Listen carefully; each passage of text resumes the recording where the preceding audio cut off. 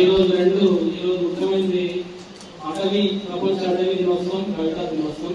రెండింటిపై నా కవిత. పచ్చని అక్షరాల గానం. ఆకుపచ్చని పలకపై ప్రకృతి తన కలంతో రాసిన కవిత.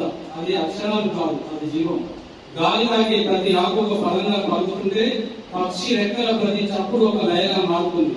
అడవి ఒడిలో నిశ్శబ్దం కూడా మాట్లాడుతుంది. అది వినగలిగితే అదే నిజమైన కవిత్వం.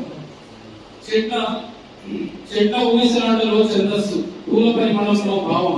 ప్రతి కొమ్మ ఒక గీతం, ప్రతి పండు ఒక స్పందన. రాలిన పూల దారిలో నా మనసు నడిచినప్పుడు నిట్టూర్పు కూడా పరిమళమై భూమిని తాకుతుంది. ఎడారి గుండెలో పడిన చింపు ఎంత ఓదార్పు ఇస్తుందో అలానే ఒక కవిత మనసుకు నీడవుతుంది. కడలిపై వెన్నెల కలిగినట్లు భావాలు కలుపుతుంటే విశ్వమంతా ఒకే స్వరంగా మారుతుంది. ఈ రోజు అడవికి అంకితమైన దినం, కవిత్వానికి అంకితమైన క్షణం. రెండు వేరేవి కావు. ఒకటి ప్రకృతి శరీరం, మరొకటి ఆత్మస్వరం. అడవి లేకపోతే కవిత్వం ఎండిపోతుంది, కవిత్వం లేకపోతే మనసు ఎడారవుతుంది. అందుకే ప్రతి చెట్టును కాపాడుకుందాం, ఒక పదాన్ని కాపాడడమే ప్రతి కవితను రాయడం, ఒక అడవిని నాటడమే. ఈ పచ్చని ప్రపంచంలో మనం అందరం కవులమే, ప్రకృతిని ప్రేమించేంత వరకు.